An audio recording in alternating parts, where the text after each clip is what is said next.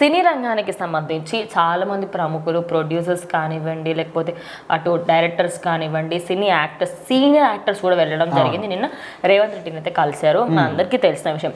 అయితే అందులో మాత్రం రేవంత్ రెడ్డి గారు మాట్లాడిన తర్వాత దిల్ రాజు గారికి అయితే పెద్ద షాక్ ఎదురైంది అనుకోవచ్చు. ఎందుకంటే నెక్స్ట్ రాబోయే pan India level biggest movie game changer కి ఆయన నిర్మాతగా వ్యవహరించారు. మరి ఇది దిల్ రాజుకి షాక్ అని 3 సినిమాలకు కూడా ఆయన నిర్మాత అనే విధంగా అంటున్నారు. సో మొత్తానికి సంక్రాంతికి వచ్చే ఈ సినిమాల పరంగా చూసుకుంటే దిల్ రాజుకు ఖచ్చితంగా ఇది పెద్ద షాక్, ఒక మైనస్ పాయింట్ అనుకోవచ్చు. సో మొత్తంగా ఇప్పుడు ఏం మాట్లాడుతున్నారు అంటే, ఇక్కడ నిన్న మీటింగ్ లో వాళ్ళందరూ మాట్లాడింది, వాళ్ళు ఒకరొకరు డెసిషన్స్ చెప్పింది, వీళ్ళు అంగీకరించడం ఇదంతా కాకపోతే, సో అక్కడ అల్లు అర్జున్ విషయం వచ్చినప్పుడు సీఎం రేవంత్ రెడ్డి మాత్రం ఒక 8 నిమిషాల వీడియోని అయితే వాళ్ళందరికీ చూపించడం జరిగిందంట. సో అక్కడ సినిమా వాళ్ళకి సినిమా చూపించిన రేవంత్ రెడ్డి అనే విధంగా ఇప్పుడు అందరూ కూడా మాట్లాడుకుంటున్నారు. సో మొత్తానికి అక్కడ వీడియోలో ఏం చూపించారంటే, అక్కడ థియేటర్ దగ్గర ఏవైతే జరిగిందో విజువల్స్ అవన్నీ కూడా చూపించడం జరిగిందంట.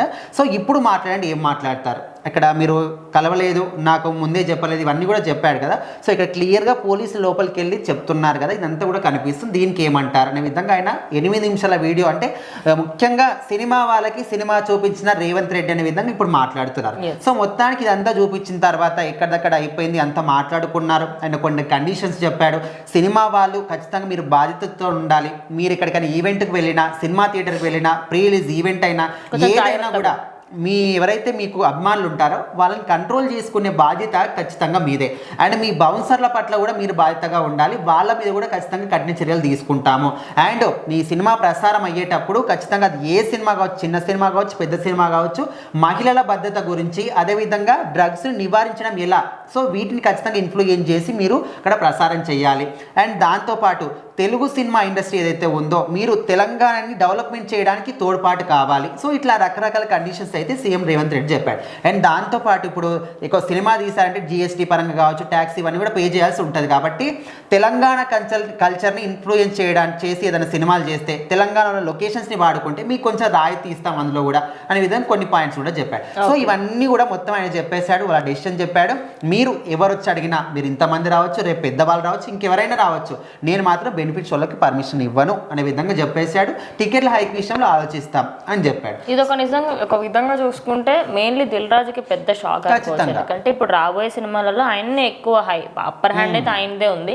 అండ్ ఇంకో మెయిన్ విషయం ఏంటంటే, మహిళల భద్రతా విషయంలో వాళ్ళు ఏదైతే వీడియోస్ చేస్తారో అవిటిని యాడ్స్ రూపంలో సినిమా కంటే ముందు యాడ్స్ ప్లే చేస్తారు, దాంట్లో ప్లే చేయాలి. అదేవిధంగా హీరోస్ డ్రగ్స్ వీడియోస్ కూడా చేయాలి.